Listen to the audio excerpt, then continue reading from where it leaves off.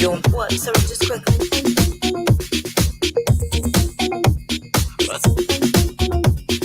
Pump up the volume. Pump up the volume. What? So just. What? So just quickly.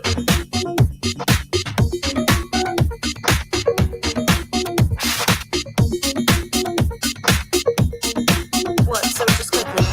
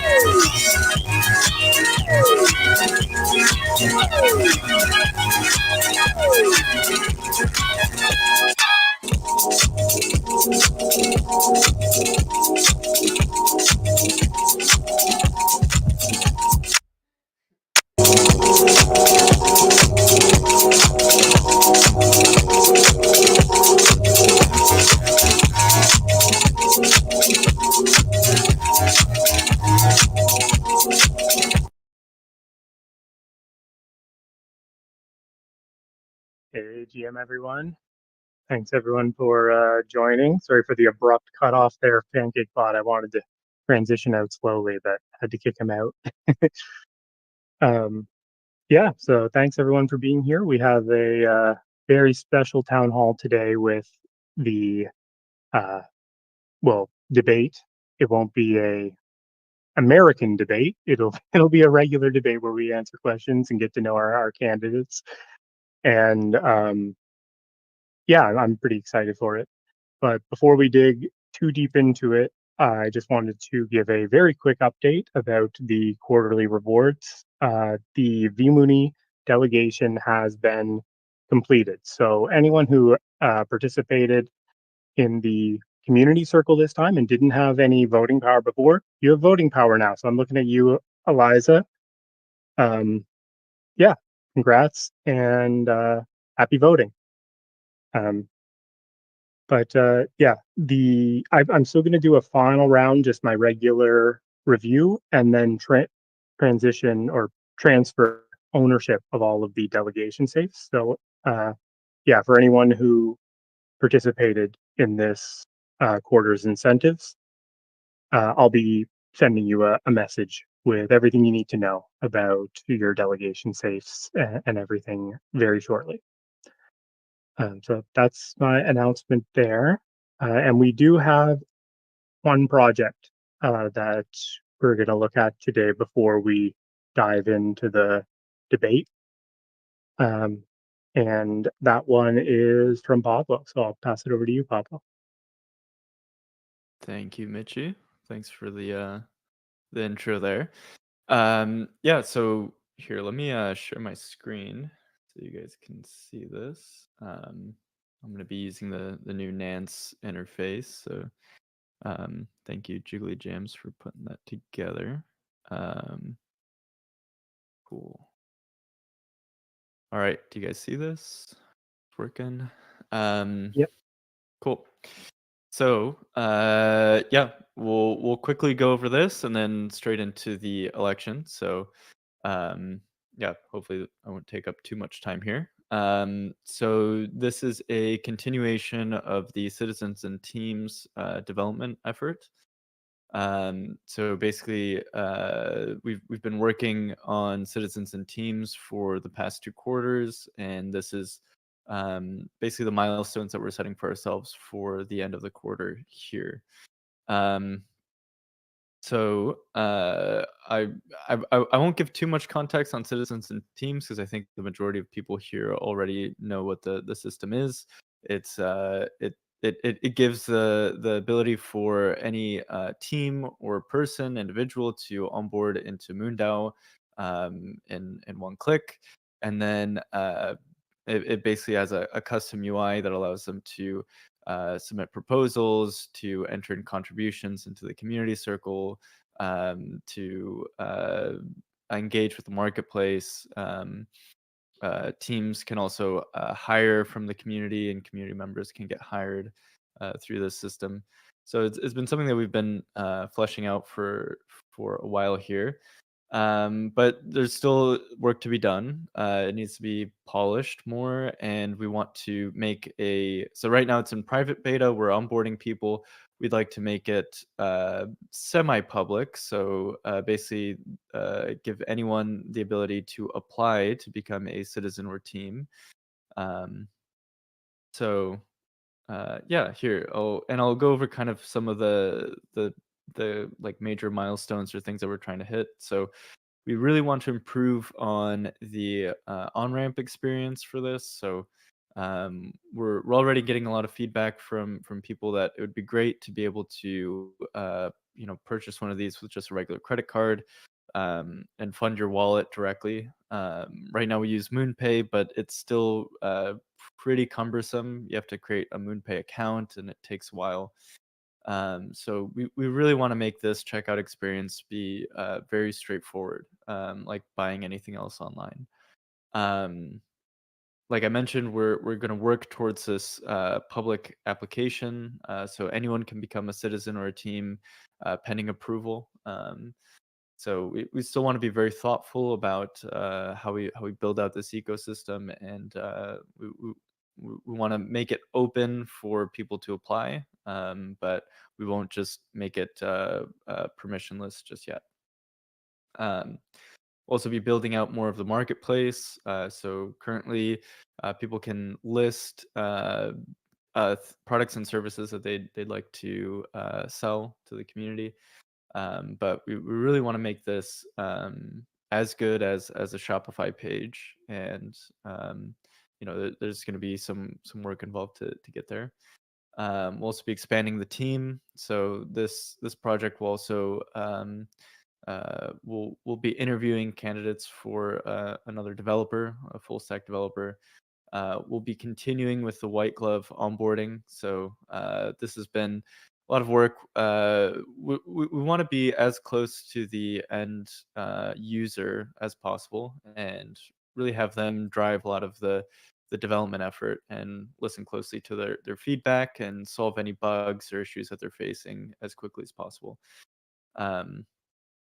I've mentioned this before, but the Citizens and Teams platform is a stepping stone towards the D prize, and part of this project will also formalize those plans for the D prize. So really start getting into the nitty gritty about what exactly or what sort of technologies are we going to be using for the D prize, how are we going to be implementing it, and really setting the stage for that. Also, I mean, overall polish and bug fixing, there's still bugs that we're encountering. So there's going to be a lot of unknown unknowns. As people are using it, they'll probably hit edge cases that we hadn't anticipated before. So, there's just kind of like a catch-all here. And then lastly, we really want to deepen the integration with Nance. I submitted this proposal through the Nance platform. There's definitely a lot where we can tie in the Citizens and Teams into Nance. I think there's kind of like a few things that we could do to really polish and make this system stronger. So as part of the Citizens and Teams, we'll also be covering some Nance work. Jiggly Jams has done a great job, but I think we can really deepen the integration. So yeah. Benefits. I'll just quickly run through these. The thing that we're really trying to solve for more than anything is a stable and recurring revenue for the DAO. So for the DAO to be sustained, it needs to have these stable revenue generating projects that create inflows towards the treasury. We really want to make the process of joining the DAO as simple as possible for individual citizens, but also companies. And this UI is really critical for that. And then a roadmap really has this cornerstone of the D prize, and this is the foundation or the basis that we'll be building that on top of. So and then like I mentioned, better Nance integrations. So risks, timelines getting extended, the proposal not being implemented is kind of written here. I'd say all of the people on this proposal have been a part of many different projects at MoonDAO, and are all in pretty good standing in their ability to deliver. So I won't go into the objectives and key results because it's kind of a repeat of some of the stuff in the solutions. Speaking of Nance improvements, I think that we could make this a little bit more pretty. But this is the actual actions that will happen as a result of this proposal passing. But you can see the team is myself, Ryan, Colin and Mitchie. Um, and we also added a flex budget, primarily for legal expenses. We really want to um, make sure that we're dotting our i's, crossing our t's, and making sure that we're anticipating any sort of uh, basically we want to make sure that everything that we're doing is according to law, and that's important, and we want to make sure that we're protecting the DAO with any new development, anything that we're doing. So especially before we make this public to anyone, we really want to ensure that that's the case. So um, yeah, we've worked with a lot of legal counsel throughout our time at Moondao, and I think this should be no different. We should make sure that everything is wrapped up there and buttoned up. So yeah, that's basically it. Yeah, if you're a Rocketeer, you can head over to the uh, Senate, or actually no, now it's just in the proposals. So it's in the forum. So if you click on proposals, you'll be able to vote right there. And yeah, um, I don't think I need to really pause. That'll be open until 8 p.m. Pacific. So just make sure that you get your vote in by then. And yeah, without further ado, we'll get into kind of the main event here. Um, I guess I'll just kind of steamroll right in here.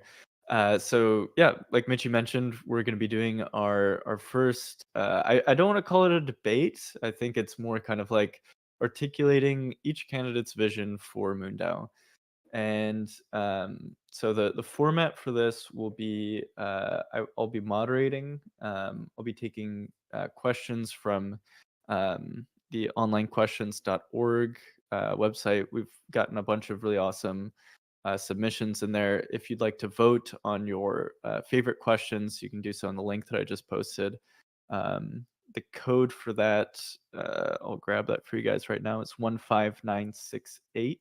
I'll post that as well in the chat here. But yeah, vote on your favorite questions. I'll share my screen again so you guys can see this.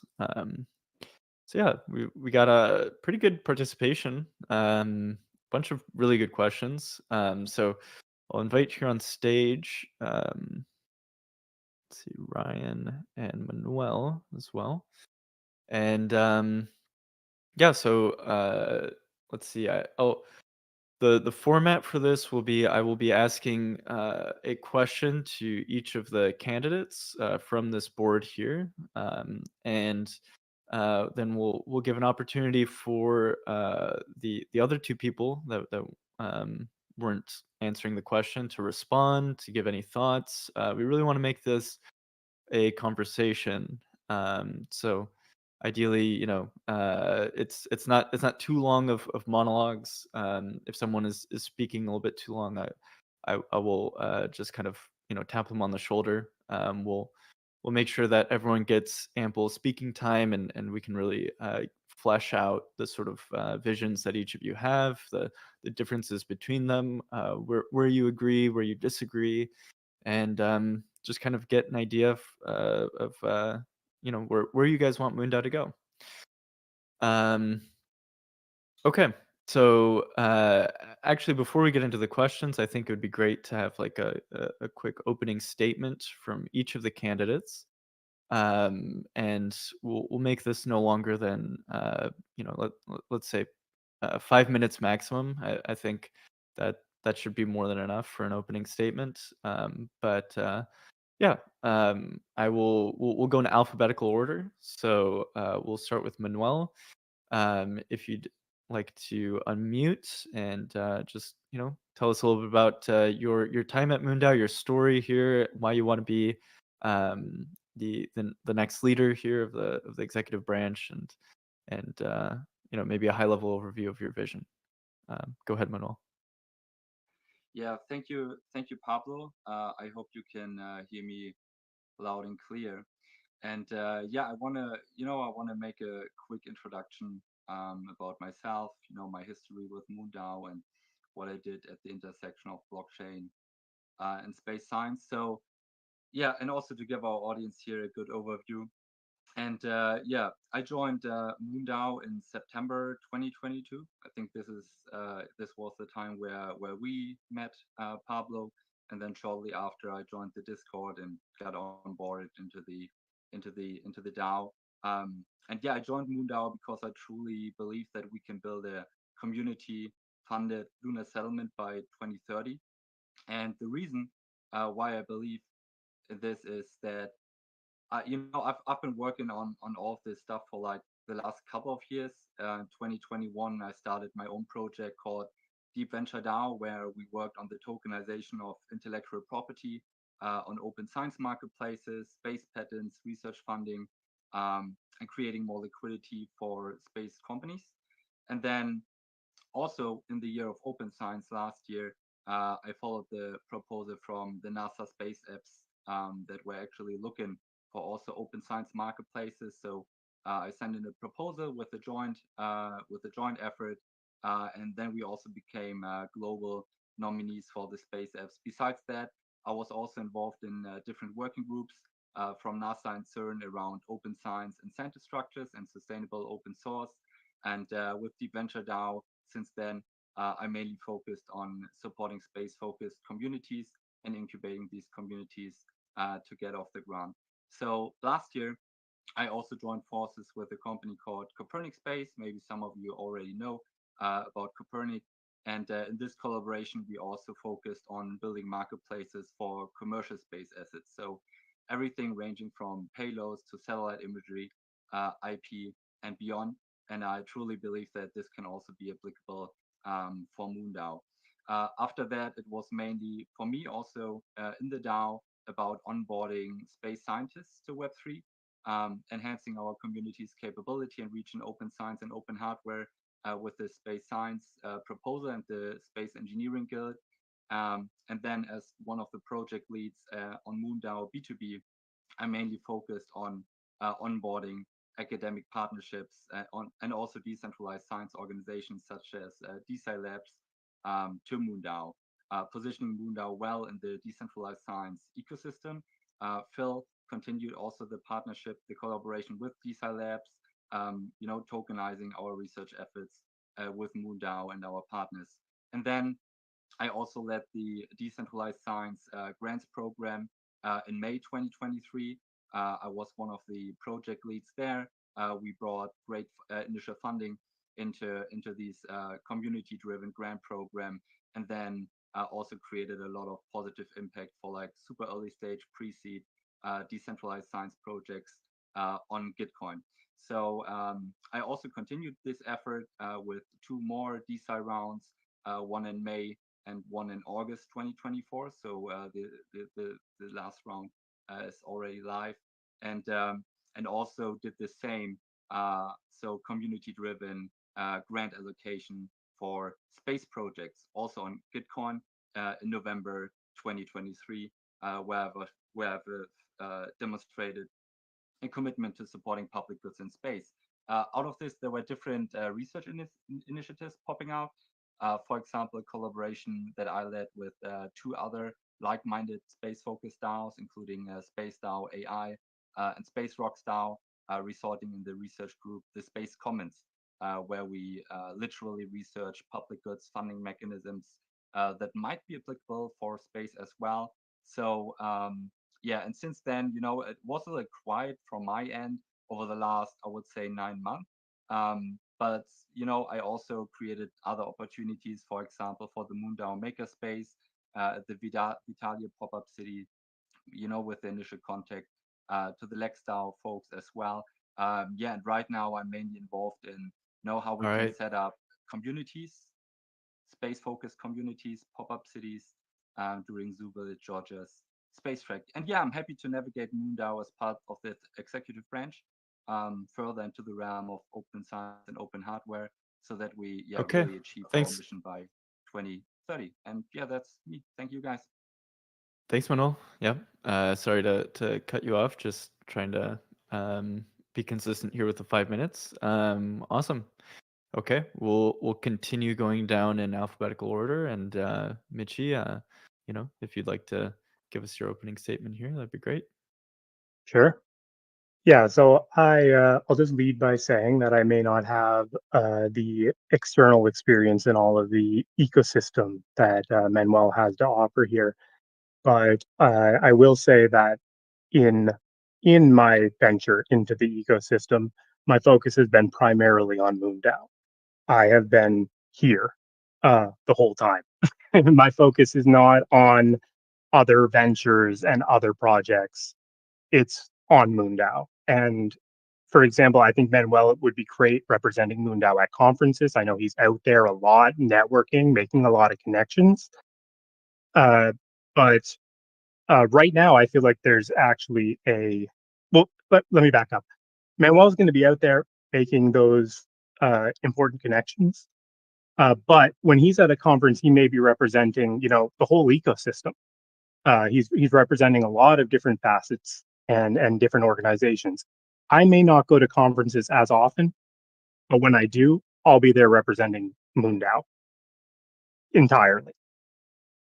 My focus for my vision for Moondao is basically focused on operations. That's my bread and butter. I've been heavily focused on Moondao's operations for the past year, and I've been working on a vision for my term as I've been working on this for the past year, what this vision would look like.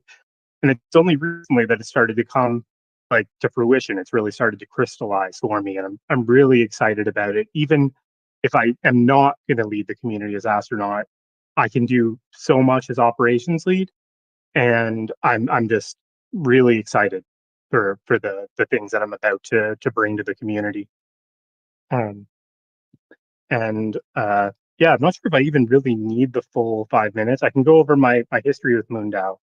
I I think most of you are probably familiar with it. I started at Moondao by building the website. That was such a fun project and really changed my life getting involved in Moondao. And then I quickly moved on to helping. At that time, we had the guild system, so I was basically like the major center point at keeping like the guild system as a whole cohesive and put together. And then from there, it naturally progressed into the executive branch, where I've been just super focused on operations and making sure everyone gets paid, and yeah, just keeping the ball rolling. Um, my vision involves basically, I think everyone's aware that the AI is coming for our jobs. Um, and I have done a lot of research into framework technologies that I think can be implemented at the lowest levels of Moondao's infrastructure that can automate a lot of the routine tasks, most of the routine tasks that the executive branch has. And in my long-term vision for Moondao, I want to take basically what I want to do is I want our constitution to enact itself. And I want to put that knowledge architecture, that framework into the constitution in such a way that the community can control our operations, that it's part of our constitution, and our constitution is like a living thing that coordinates and acts as a digital agent. And so um yeah, that I see a question from Phil here, but maybe I should wait until the question period. But however, that's basically it. I think I have just got a few seconds left, but yeah, I just want to say thank you to the whole community for having me even serve this position in operations lead. It's been an incredible honor, and I hope you'll give me the chance to continue to represent Moondao in my fullest capacity as executive lead. Awesome. Thank you, Mitchie. Cool. All Oh, right. And oh, oh, sorry. never mind. Sorry. I was Okay. just going to say to quickly answer Phil's question, I will be replacing myself with a digital agent. That's the short answer. Okay. All right. Well, thank you, Mitchie. We will go on to the next candidate, and Ryan, if you'd like to go next. Well, thanks, Pablo. Yeah, just by way of a little bit of background, prior to Moondao, I used to work in politics in DC on the Hill. I have a background in policy governance. Um, After that, I became like basically a self-employed business owner, traveler, content creator, digital nomad. So I've actually, built my own business, still generate like passive income from that source on a monthly basis. I think obviously like revenue generation is something that should be first and foremost in Moondao's mind.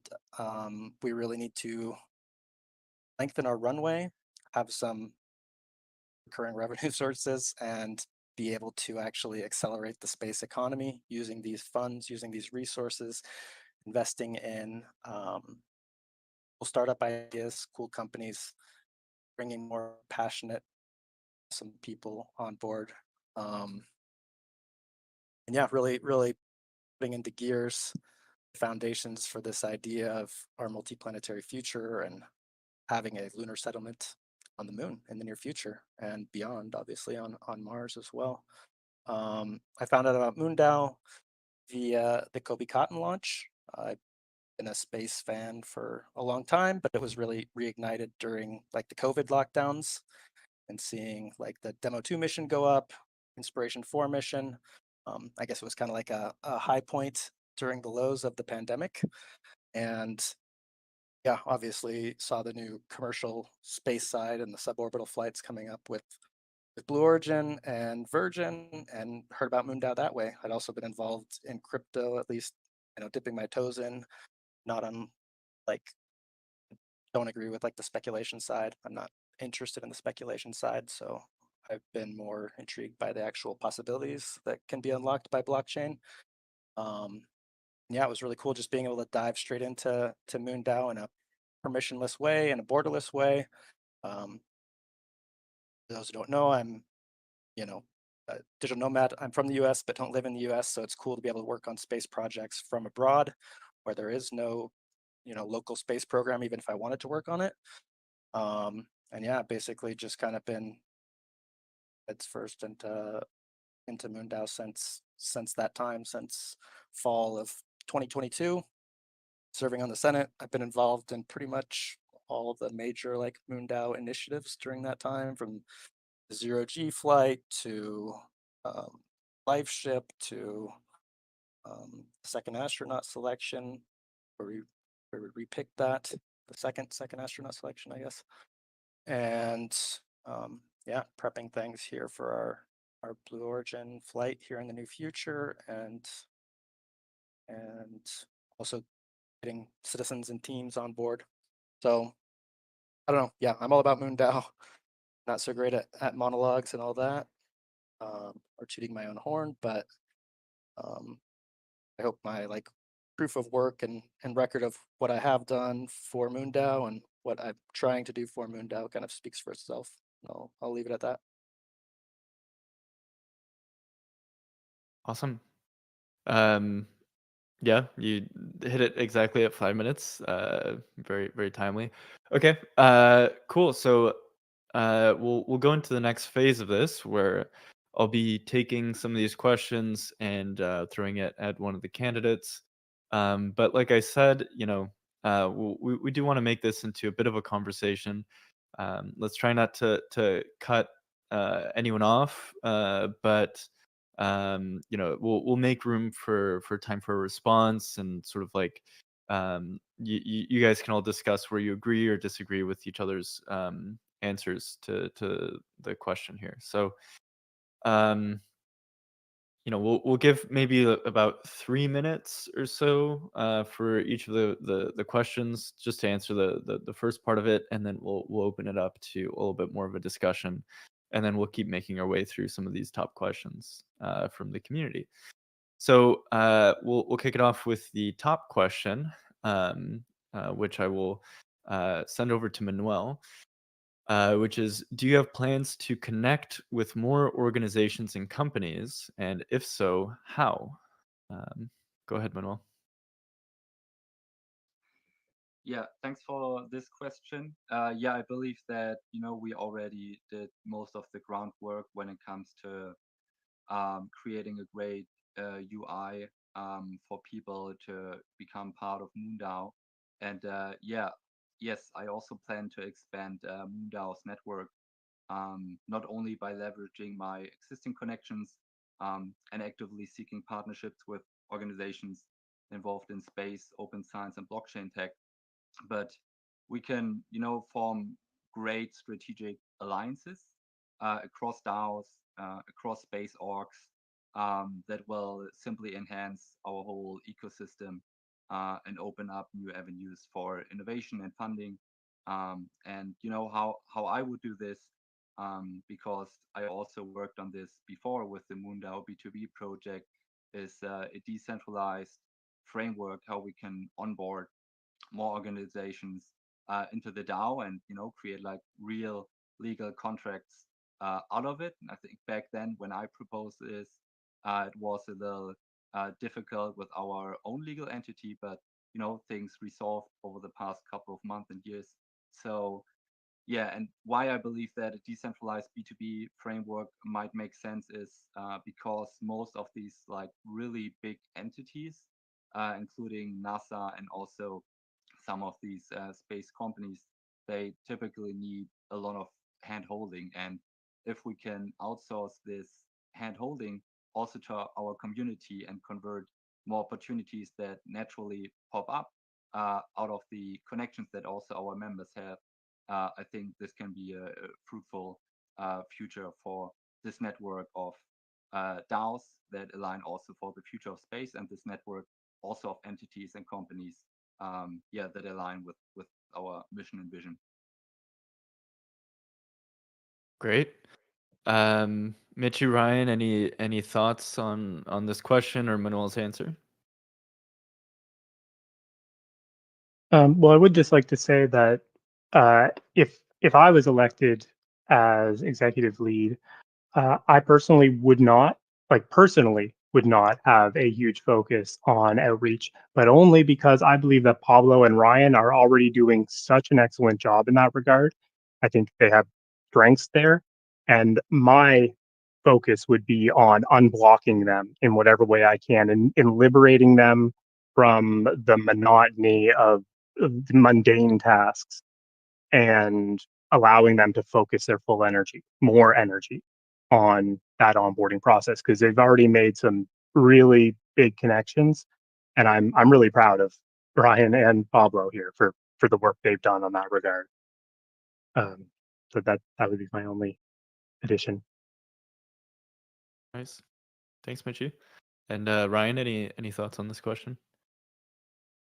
Yeah, well, thanks, Mitchy. Yeah, I basically we keep trying to do what we are doing now, which is just building relationships, basically one by one with different people, different companies, different organizations. I think we have an uphill battle because we are crypto and blockchain. So a lot of people do now, unfortunately, come into it with some skepticism about us. So I think we need to work, twice as hard to really prove ourselves, prove that we're legit and serious. And also, like one of my goals is to kind of abstract away a lot of the like crypto stuff. Like obviously that's our underlying system, but it's a tool.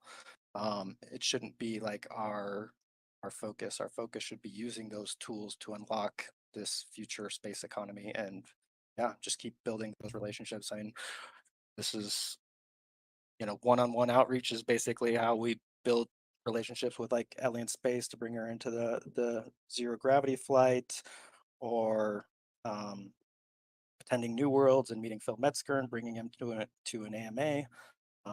We've been meeting with a lot of companies lately, obviously as part of the citizens and teams process, Pablo and I, and we're getting a lot of great feedback. But now it's really just, keep doing the hard work, which is really just a lot of one-on-one stuff. So yeah, I mean, it's not like a glamorous plan in terms of some big flashy campaign or something like that. It's just doing the hard work and getting people through the gate and getting them into our ecosystem. Awesome. Thanks, Ryan. Okay, so we'll keep moving down the list here on the questions. So The next top question from the community is, do you desire to improve the tokenomics for Mooney, and if so, how? I will just, before sending this to one of the candidates, caveat that Mooney is a governance token, and there's no expectation of profit with this token, and this is a very, very important part of how we operate. So discussing the improvements of tokenomics is worthwhile, but with that heavy caveat, I think it's important to always mention that. So I will send that over to Ryan first, and then Michi and Manuel, if you'd like to respond, you can go next. So Ryan, go ahead. Sure, thanks. Yeah, I already alluded to this, but I'm against any sort of like speculation um, related to Moondao specifically. I think it is kind of a measure or representation, like the overall health and whatnot of our ecosystem, but I definitely wouldn't have any plan to like try to artificially uh, manipulate anything there. We've had previous projects in the past that focused on getting us on exchanges and all that, which like kind of had the opposite effects that we intended to have.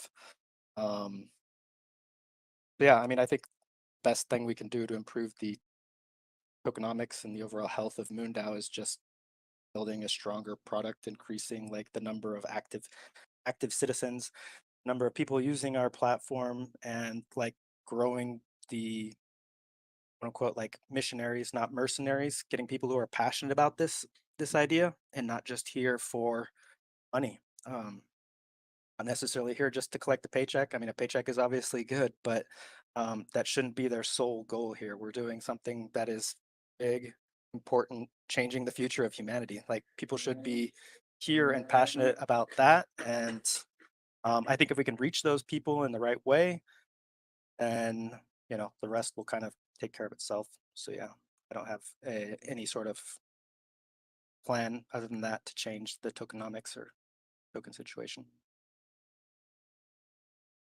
All right, thanks, Ryan. Manuel, Michi, any thoughts? Yeah, I would like to share some of my thoughts around Mooney. So yeah, I would definitely improve the overall tokenomics of Mooney because I see this as a priority. Definitely, I'm totally with you, Ryan, that people join the DAO because they believe in our mission, but because we are operating at this intersection of crypto and space, the first thing that people see is obviously the token and the token price, and to build credibility in crypto and at the same time also in space, it's just super important. So token price and real contracts. And you know what I would do if I become one of the EB members is to reduce the overall Mooney supply. So I would simply burn 20% of all available tokens in our treasury so that we can create artificial urgency also for people to get involved in the DAO and in our governance structures. I think at the same time, it's also about the distribution of governance rights of the governance token. So we need to decrease the token supply and at the same time increase the token holders for Moondao governance. So I think we can do this by airdropping Mooney to active members retroactively. I know we already did this with our community incentive programs, but I think to have more, bigger pools where we can retroactively reward people with like a significant chunk of Mooney can also result in more governance participation and equal distribution of governance rights in our community. So then there's this whole topic around institutional buy-in. So onboarding institutional investors or other DAOs to buy Mooney. I know that Pablo already brought up this whole topic around onboarding Web3 VCs to buy the token. I'm not sure how many people are open for this, but we can reach this point. And then we should definitely collaborate with other DAOs in cross swaps so that we exchange Mooney for the governance token in other DAOs. And what happened also in the past with our token was that a lot of market makers acted to our disadvantage by listing the token on decentralized exchanges and then having algorithmic trading bots kind of speculating on the downfall of the token, which is not correct. It's not good. So instead, I would work with market makers also on exactly these topics so that we can initially supply more liquidity for Mooney before listing, for example, the token on centralized exchanges that typically also have more credibility and even larger pools for distributing the governance token, which is then also ultimately resulting in more governance participation. So I think these are some of the action points that I have here regarding the token price and the governance token. All right. Okay, we'll move on to the next question here, which is how do you plan to contribute and make more progress towards MoonDAO's 2030 goal? And I'll send this over to you, Michi. Perfect. Thanks, Pablo. So yeah, as I was saying earlier, I have a very strong vision that I've been working on for quite a while now on MoonDAO's goal. And I think we have to first look at the elephant in the room, which is that we're behind schedule. We need to pick up the pace a lot if we're going to make it by 2030.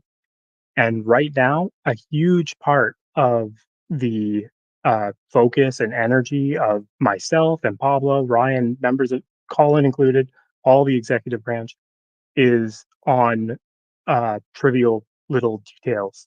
As I was saying before, I've been deep in research about digital agents, about specifically about data modeling and knowledge infrastructure.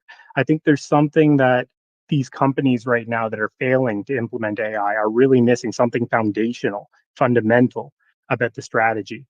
And I've begun outlining a strategy. I'm actually very excited because I'll be bringing a proposal very soon regarding the uh, automation of our entire operations. And that will be basically the first stepping stone in my long-term vision for MoonDAO. So essentially what I want to do is to start by replacing myself as executive operator, operations lead with essentially a bot that can handle most of these things that are reversible. We want to do it in a way that's safe and you know, um, not gonna like create problems. But essentially, I'll be starting there. But soon after, my focus is going to shift to helping other members of the executive branch. So, for example, with Ryan, we can create a model that that helps him to do the type of standard maintenance that he has to do when reviewing code and writing code. We can literally create a model that represents our code base in a way that opens it up to everyone, even non-coders, to submit contributions. I want to work with Ryan to design models that can do things like, for resource aggregation and content development and platform moderation. Like, um, I want to automate, our town hall coordination, which is a lot of manual work, our reimbursements handling, our support response, our documentation maintenance. There's we should be reviewing our documentation more frequently to make sure it's up to date. But right now, we don't have the bandwidth, and that's where my plan and strategy for my term really comes into play.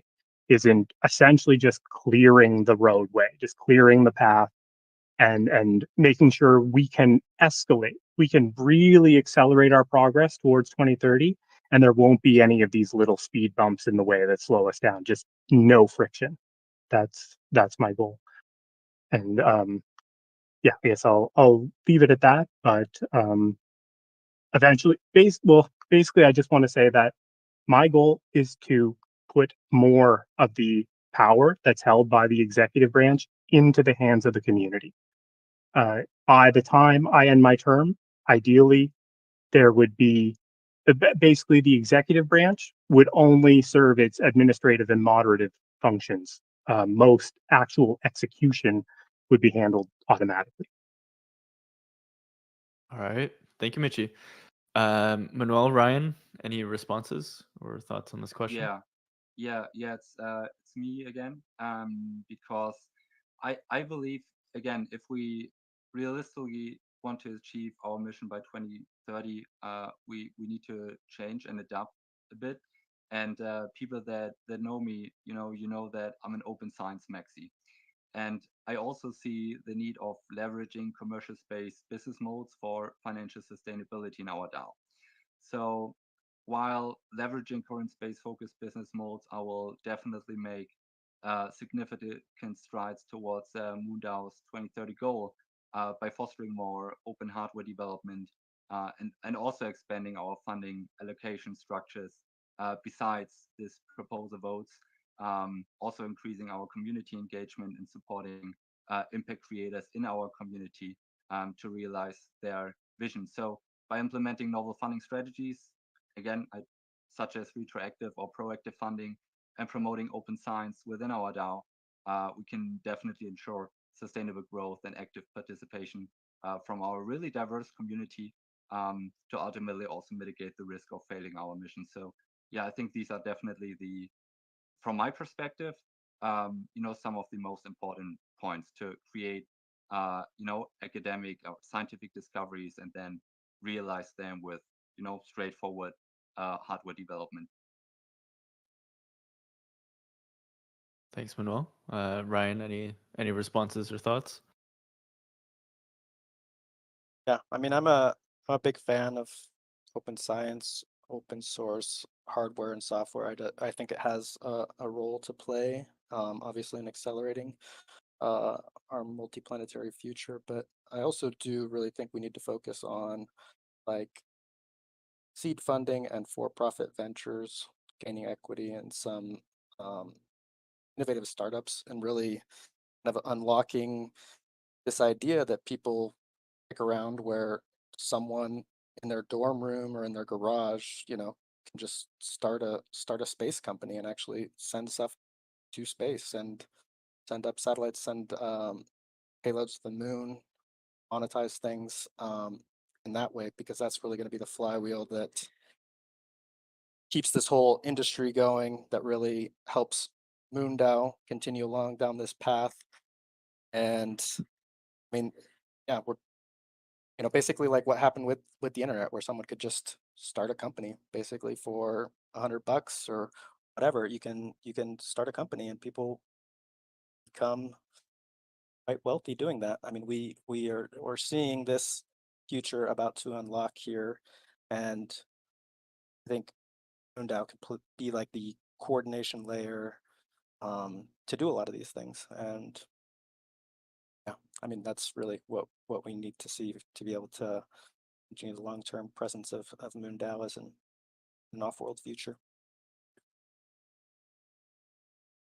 Awesome. Thanks, Ryan. Okay. All right. We'll move on to the next question. What do you want to accomplish as president? We'll send this over to you, Manuel. Thank you, Pablo. So yeah, as the president, I mean, my primary goal is to serve our community, and because I can tell you, what's right or what's wrong, or what I want to accomplish personally in this decentralized space ecosystem. But for me, it's most important to listen to the voices of our community and include our Moondao members in more projects. Simple as that. Because in the end, I want all of you to realize your visions in space, become a space entrepreneur, get involved, fund bold ideas and projects and startups in space, and I will definitely improve our whole governance framework. I mean, we have a great, again, foundation here and it's working, but we are not there yet where we can say that this is the ultimate, framework, how we want to govern also in outer space. So besides that, I believe that securing sustainable sources of funding is also critical to our mission because, simply with the funds that we have left in our treasury, we cannot build a whole lunar settlement. So institutional investment is kind of inevitable in one way or another, and then totally expanding our community reach so that more people can leverage our community our funding structures to start off with their own things as well. So I aim to establish Moondao as a leading force in decentralized space tech. At the same time, also fostering an environment where we can innovate and collaborate together for our members and beyond. So this is my answer to this question. Thanks, Manuel. Actually, I want to get answers from all three candidates on this question because I think it's an important one. It's like what will be your primary focus and what do you want to accomplish really? So Ryan, I'll send it over to you next. Thanks. Yeah. Yeah, I mean, my main focus here would be on growing the number of members that we have, the number of citizens that we have in the DAO, achieving that kind of economic sustainability through revenue generation. I think one component of that is like the citizenship structure and this burgeoning network state concept. For like independent creators, there's this concept of like 1,000 true fans. That's all you really need basically to be able to sustain a small independent business. I mean, the scales are different, of course, here, but we haven't been necessarily reached that within Moondao of having 1,000 like true fans, those kind of missionary people that really believe in the vision and mission and support us through thick and thin, not just here for, speculation or what have you. So I really think, I really believe that we can reach those 1,000 true fans at the end of what would be my term. I would, in 3 years, I would hope before then, but that would be a primary goal. And, part of this mission of going multiplanetary and having like the mission statement of having the lunar settlement on the moon in 2030, I'm going to be a realist. I'm not necessarily committed hard and fast to the 2030 thing. If it happens in 2035 in the same way, I'd be stoked. But regardless, it's the goal, it's the mission, the thing that we need to make happen.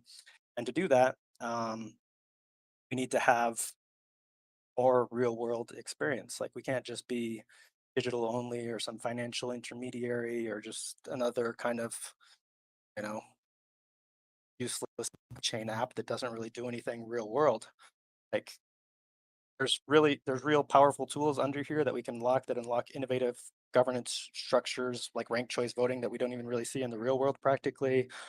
Delegating your voting power to like the senators or the candidates or what have you that best represent your vision and being able to change that. Like imagine if you could actually do that in DC, that would be incredible. But there's real tools here and obviously borderless, permissionless, that we need to capitalize on. But I see basically two worlds. There's like a space community and a crypto community. Both are kind of niche topics. And the Venn diagram of those where they meet in the center, the like space and crypto people is actually very small. Like we can't stay in this space. We need to expand either left or right. And I think, I'm not saying which side, like politics left or right, but expanding into the space side is where we need to go. And actually doing things IRL, which means like buying property, doing like a moon base zero, experimenting with these things in the real world, because if we can't do it now here on Earth when things are quote unquote easy, even though they're not necessarily easy, there's a lot we're going to learn. We're not going to be able to do it in the future on the moon in any capacity. So yeah, those things are basically what I'll be focusing on with my term. Awesome. Thanks, Ryan. Michi? Yeah. First, I just want to say both Manuel and Ryan have given very excellent answers to this question, and I'd like to kind of repeat that. I think that it's very important. But my vision for what I would like to accomplish, well, first, I'm not necessarily comfortable with the word president. I prefer executive lead. And I think we should maybe transition away from the terminology of astronaut, but that's topic for another later date. My essential goal is to put the A in our DAO. I want to bring agency to our Constitution. I think that by turning our Constitution into an agent, we can liberate the time that we need in order to do all of the awesome things that Manuel and Ryan are talking about. So I'm thinking about this position as, how can I support from an organizational way? How can I support from an operations way? How can we make Moondao into just the smoothest, cleanest running machine? You know, as like our current incentive systems takes forever. I mean, look, it's been over a month. It's been a month and a week, and we got our VMooney distribution, and it has been my main focus. Don't think that I've been slacking on it. It just requires a lot of work and coordination and checking and number crunching and a lot of things that should now, in this year, 2024, be done by machines.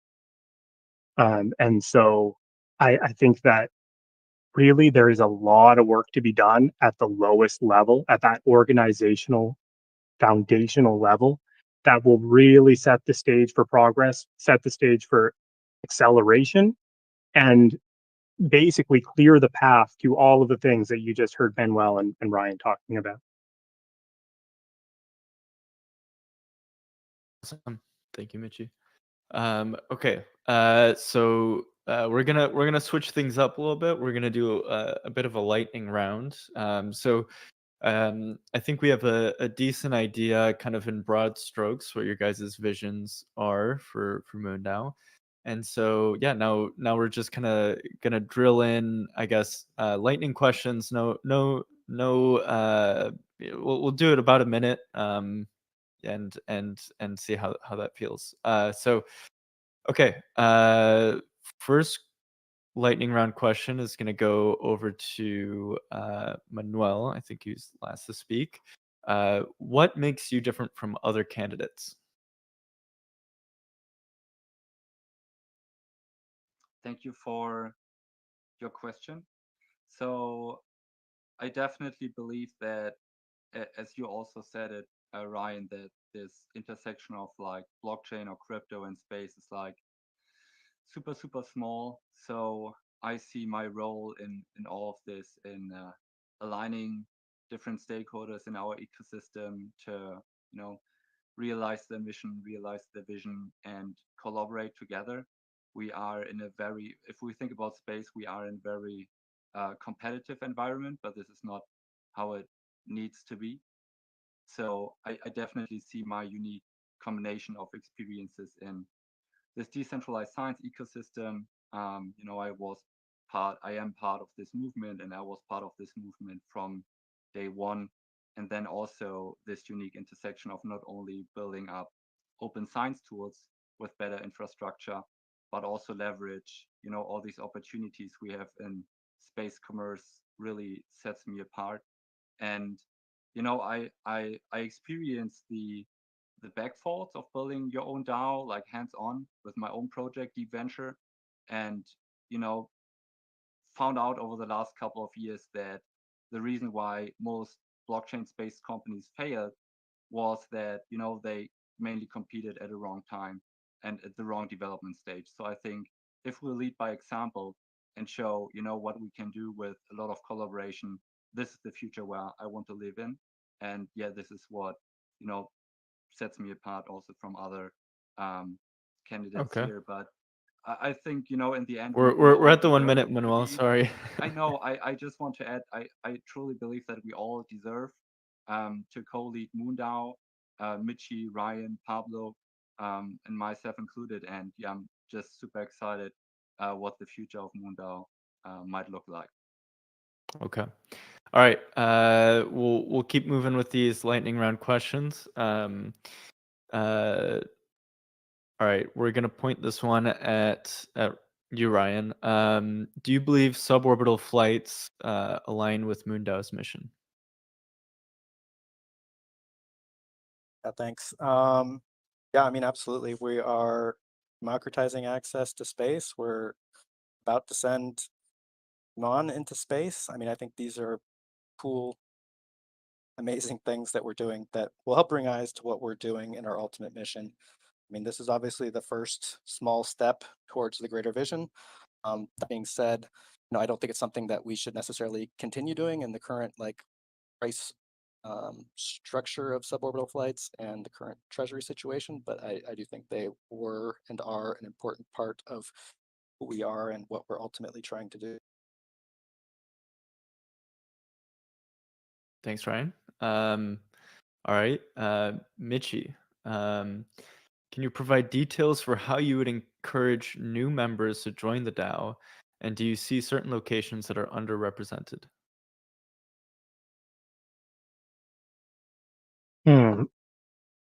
I'm sorry, can you repeat the question? I think you Yep. cut out for a second there for me. Oh, sorry about that. So the question is, can you provide details for how you would encourage new members to join DAO? And do you see certain locations that are underrepresented? Okay. Well, I think as executive lead, my main focus, like I said, I'm mostly in a supportive role. I always have been, and that's not going to change. I think that what we're doing right now with citizens and teams, and eventually what we're moving towards with DPRIZE, is going to play a huge role in getting people to come on board. I think that's going to be really the killer use case. It's when MoonDAO really comes into its full being, and we are at that setup stage right now.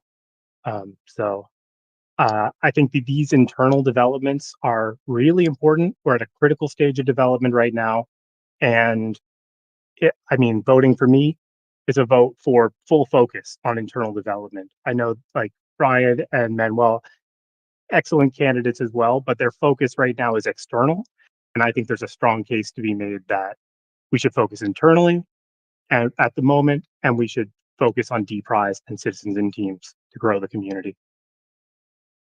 Thank you, Michi. All right, Manuel. From your goals for the future of MoonDAO, what will be your measurements of success and how will they be communicated to the community? Yeah, thank you for this question, Pablo. I think that impact measurement is one of the most important things that we need to do to ensure a certain quality of operations for future MoonDAO projects as well. But this, differs from project to project. So I think if we, implement the clear set of KPIs and then follow through, and also, for example, include a next level or stage of funding for these projects if they achieve certain milestones, this can work in our favor, in the favor of the DAO, if people actually not only commit to doing things, but actually stick to it and then show the impact in the real world.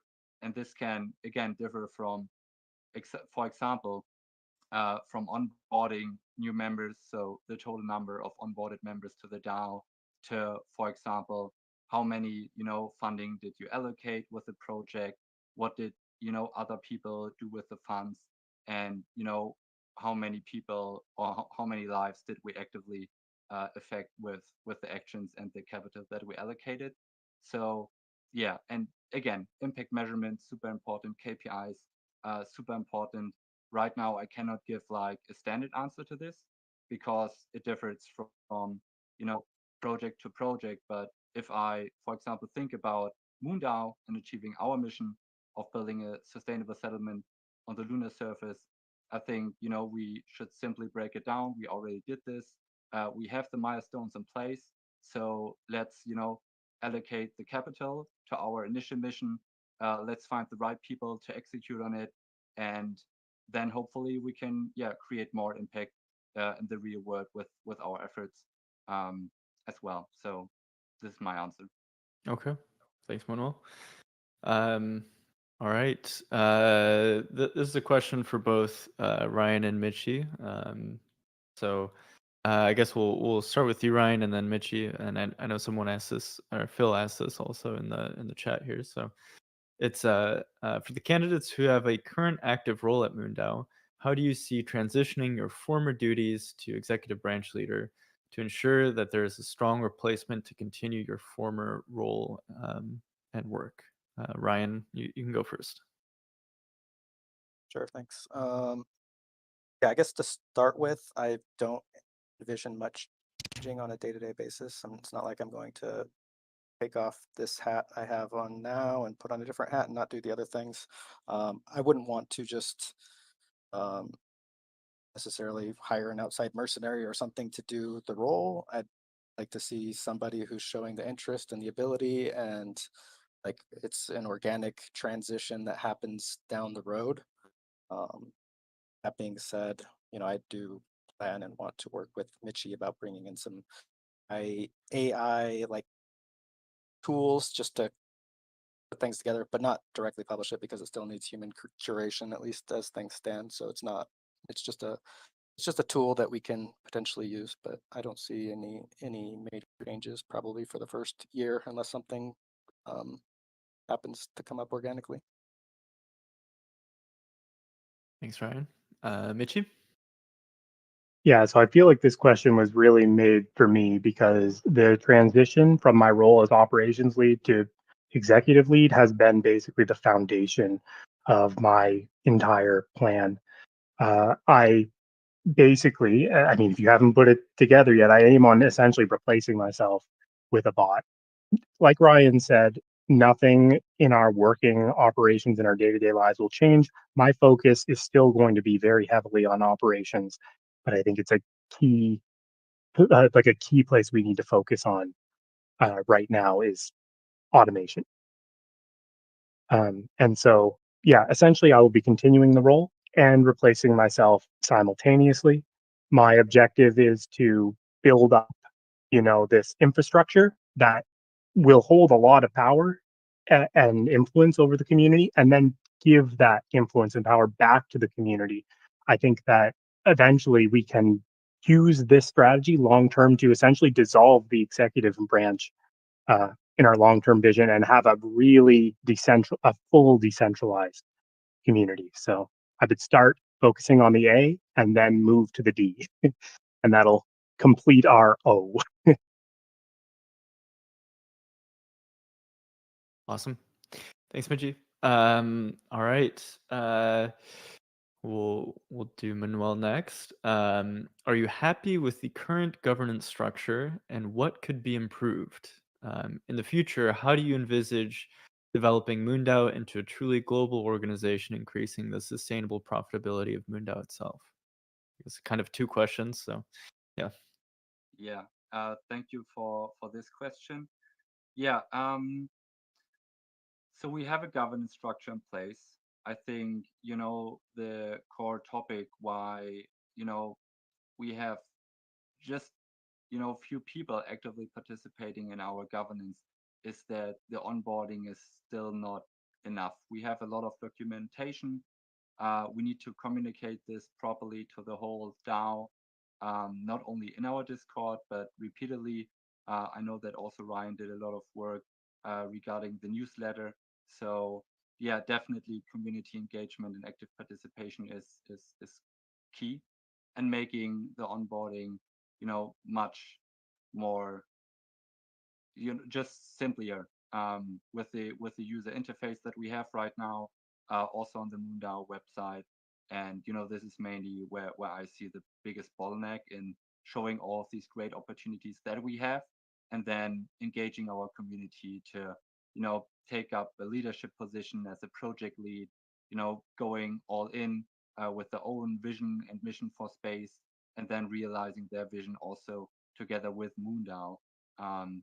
So yeah, I think this is like super important to just simplify, the documentation, and maybe think about automating the hand holding for our community members, and being more active in creating their own projects, but also showing the real benefits in doing so.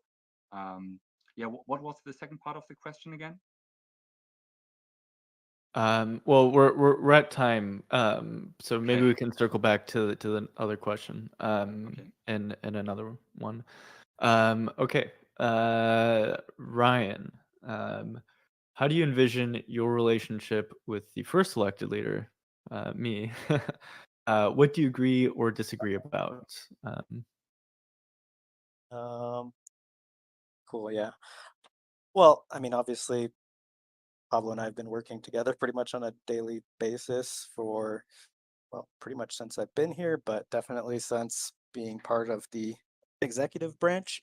I can only speak to my side of things, but I think we have a pretty good working relationship in terms of, um, balancing each other out. I do, I do think I'm one of the more, I guess, for better or worse, direct um, people that's been on the Senate in terms of like things that are good or bad and what I think we should do. I mean, Pablo and I have butted heads at times, had disagreements, but I don't think we have any real disagreements about the ultimate vision for Moondao. Perhaps just small details and what we should do to get there. But I think we usually come to a head. I don't have any major disagreements. I think it's just little things in terms of our implementation, and I'm vocal about that. And sometimes they change, sometimes they don't. But um, I don't plan to change. I'll still be myself, same like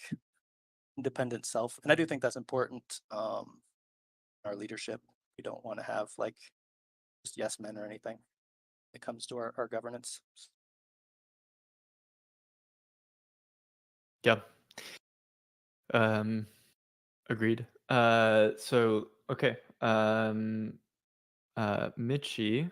Um, let's see. I'm trying to find a good one for you, Michi. How can we get more people involved in Moondao? I mean, I feel like that's basically a repeat of one of the questions from earlier about growing the community. I mean, I'll stick to my same answer. Actually, let me do a different one for you here, because you're right. We did kind of cover this question. Um, will there be changes to the current organizational structure? And what sort of changes do you envision? Well, like I've already alluded to, in my term, what I would love to see is some dissolvement of the executive branch. I think right now, me, Pablo, Ryan, Colin hold a lot of power over the community, and I want to give that back. Um, so I think that would be the main thing. I don't know if I need to really add any more than that. Okay. Um, all right. Yeah, we're starting to get into kind of overlapping with a lot of the questions. So trying to find ones that we haven't really hit on yet. Manuel, this one's for you. Do you have any plans to specifically engage with the Chinese community? Yeah, thank you for giving me also this critical question, because I love our Chinese speaking community within Moondao. I think historically, there were some difficulties in communicating and aligning our incentives to, collectively drive the mission and vision forward. Um, but I think if we focus on a very hyper local level, and instead of having, let's say, one legal entity, on the Marshall Islands, instead of this, we can have a diversity of entities all across the globe, so that we can, capture more community awareness and engagements, in the States, in Europe, in China. And, again, because I think from the bottom of our hearts, we are all aligned. It doesn't really matter where we are in the world, but we all, want to create a future in space, and hopefully, each and every single citizen is involved there. So this really and truly matters. And we just need to clear out, again, some cultural differences, some communication efforts, and then also when it comes to like community engagement and legal compliance, yeah, exactly these things, to capture, again, the attention also from people all across the globe. Because I see, a lot of benefit in involving as many people as possible in our mission. But sometimes, yeah, we are bound, we are bound to our jurisdiction, we are bound to our cultural environment. But in the end, we are here to, open up space for all the people across the globe. So yeah, these are my thoughts around cross-cultural collaborations and community engagements. Okay. Great. Phil's got a question he wants to get answered here. So Ryan, I'll send this over your way. Space and crypto are historically lacking in diversity. Do you have specific plans to include other demographics in governance?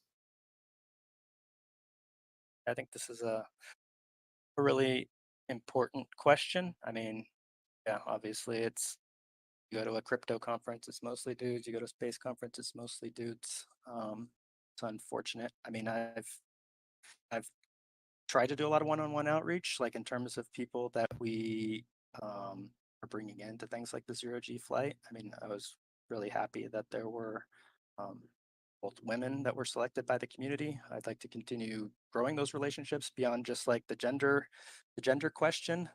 There's a huge developing world out there that is interested in space and would like to get involved. They have no opportunities locally, and basically the choice is to immigrate to the United States or perhaps Europe. I live in the developing world, have strong connections to Latin America. I've traveled all over Latin America. This is part of my position, would be like growing these connections in the developing world and providing, job opportunities from some of these like engineers, software developers, what have you, that are interested in this sector and would like to get involved, but don't even know that we exist. Like, we had pretty good, surprising turnout, I thought, from the social media campaign for the zero gravity flight, which had a big surge in interest from Brazil. We had a flyer who was from Colombia. I think we just need to continue developing those relationships and increase our reach. We are borderless. Like, we could really be a true unlock for so many people, but we just need to do a better job of reaching them. Awesome. Okay, so we're almost at the hour and a half mark here, and so I don't want to keep everyone here too long. I do think this is a really important conversation, and I also want to highlight that we do have a channel here called the Election Channel, where I think we should keep the conversation ongoing, and each of the candidates can engage with people there, and people can ask questions or follow-ups on anything that we covered here. So yeah, feel free to use that throughout the week as we're doing this election process. So I want to wrap it up with a closing statement from each of the three candidates. And yeah, I'll kind of prompt you guys with a couple things. Is there anything that we haven't covered in this hour and a half or so that you feel is really important to touch on before we close on? And what are kind of some words that you want to leave us with? And I think that we went in alphabetical order last time, so we're going to go reverse direction this time in closing statements. And we'll do about 5 minutes maximum. I want to give you guys each enough time to really leave us with some closing thoughts here. So Ryan, you're under the gun. Yeah, go ahead. Catching you off guard now. I don't know. I don't have any big, like, eloquent closing statement. I just want to say that, I really love Moondao, love what we are, love what we are working on becoming. I strongly believe in the mission and the ultimate vision, and I just feel like super lucky, privileged to have found this and to be able to get involved in Moondao at like a high level. I mean, it's pretty amazing. I just kind of waltzed in and started working on the Constitution, giving feedback. Nobody asked me for my feedback. I just jumped in, and yeah, that's what Moondao is. Like, you can just jump in. I got a little bit of compensation for that, for my contributions, and I just really love this whole ideal that we're working towards and unlocking space for everyone. Like it's so amazing that I can be living where I am and working on some of these things, the zero gravity flight, meeting people like Charlie Duke. And we're in conversations right now with some really incredible space companies, some really incredible people doing things in the space ecosystem. And I just want to keep building that, double down on what we're doing. And I think we can do some really amazing things together. Awesome. Thank you, Ryan. Continuing in reverse alphabetical order, Michi, you're next. Well, I just want to lead by saying that it has been an incredible honor serving in the position that I have as operations lead. I am so excited to continue in this position, even, if I can be given the extra weight of executive lead to enact these automations and things that I've been talking of, it would be wonderful. But regardless, I am fully committed to Moondao, fully committed to this vision that I've been building, and fully committed to supporting our other executive members and the community as a whole. Um, I, in terms of things that we didn't touch on, I don't know. I think these questions were all really good. So, like, I applaud the community for coming up with such good questions. But I just want to say that, a lot of these things with AI, right now we're reaching peak hype cycle. Like it's about to bust. And you might be thinking like, oh, Mitchy, this AI stuff really isn't all it's cracked up to be.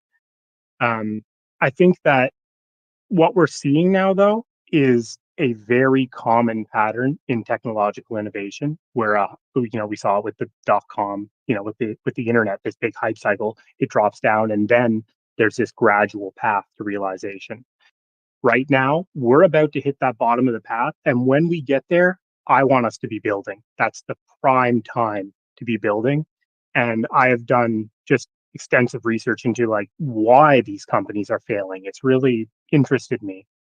um, I've been trying to avoid many of the technical aspects of my vision, but I would really love to be drilled on that. So if anyone has any like actual detailed, specific technical questions about my vision, please post them, as Paulo was saying, in the elections channel, because um, I'm I'm really, really excited to share the thing that I've been working on. And it's just, it's deep. And so I can't dive into it with you all here on stage right now, but I'm very excited to bring it to you guys, and to bring us towards a future where Moondao is just a clean machine. Awesome. Thanks, Michi. And last, Manuel. Okay, thanks, Pablo. Yeah, guys, my closing statement in a nutshell: let's make open space science, open hardware, and innovation happen with global participation in Moondao. Vote for me if you want to see Moondao scale faster. And yeah, thanks to all the EB nominees, Michi, Ryan. Thanks to you, Pablo, for leading Moondao all of these years. Thanks to our contributors in our community for the trust and persistence you've put into our DAO to achieve our mission one day. And yeah, all the best of luck to all of you. Our future in space looks a little brighter today. So that's it from my end. Thank you, guys. Great. Thanks, Manuel. Okay.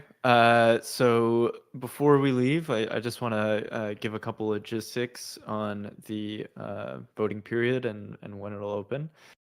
So we'll start the voting process tomorrow, and it'll be a 10-day period, similar to constitution changes. So you'll have plenty of time to engage with all the candidates now that we've kind of become a bit more familiarized with their positions and thoughts about the role. So yeah, over the course of those 10 days, let's keep the conversation going, and really get to know all three candidates. So yeah, and then a note that isn't in the Constitution, but I think should be we should cover in this call. is I guess I'd like to get an agreement between all three of you, um, that you and you know it's been something that's been on my mind here, is you could vote for yourself in this election, and I think that each of you has accumulated a good amount of governance power through your time here at Moondao. But I I want to get your thoughts on whether or not you think voting for yourself here is okay, and whether we should reach an agreement between all three to not vote for yourself in this election. Um, so I think maybe we can discuss this more async, or get an agreement here between the three of you. If you agree with not voting for yourself, and want to make that known, that'd be great.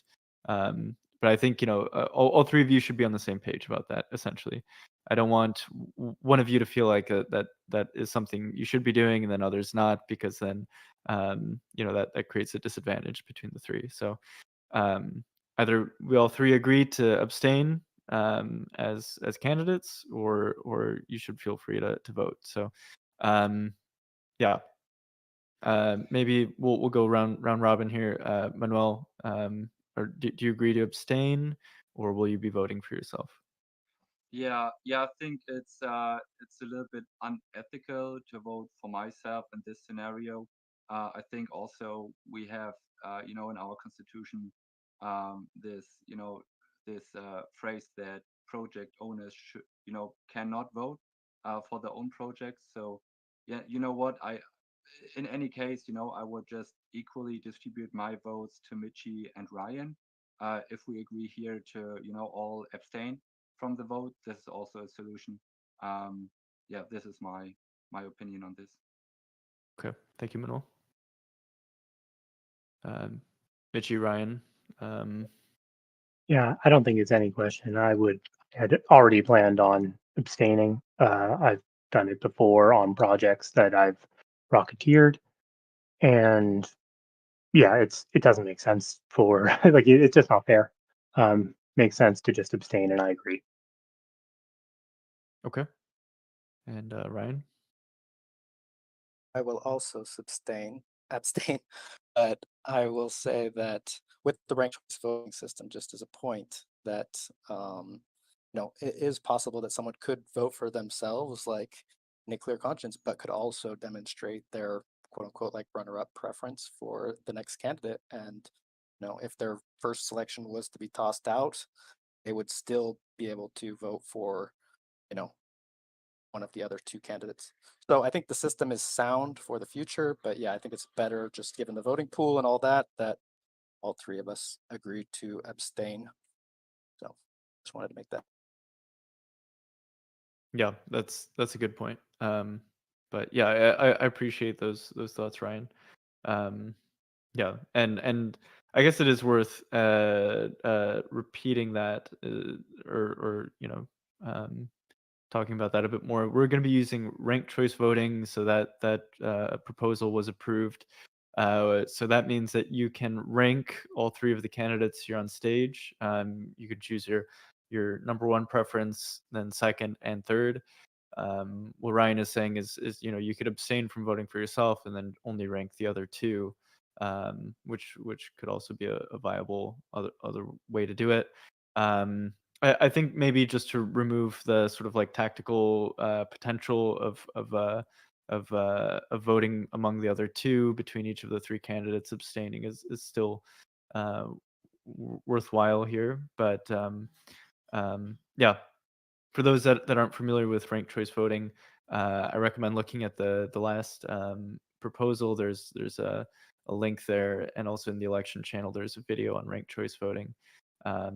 And yeah, so tomorrow we'll be putting this up for vote. You'll have 10 days to make up your mind, and yeah, I just want to thank all three of the candidates again. I think thank you for kind of bravely joining on stage and giving us your vision for Moondao, And yeah, I think Moondao's got 3 great choices here. So yeah, really looking forward to this vote.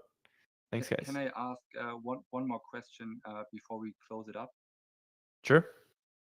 Okay, because yeah, my question is, how does your votes, Pablo, affect the nomination? Because I know that you have a lot of governance votes, and this was one of the reasons why, for example, I voted against the proposal to change the election logic, I would say. Um, so yeah, do you also plan to abstain, or will you, participate in the vote as, all the other community members, or how do we want to do this? Yeah, it's a good question. And I've been thinking about it a lot.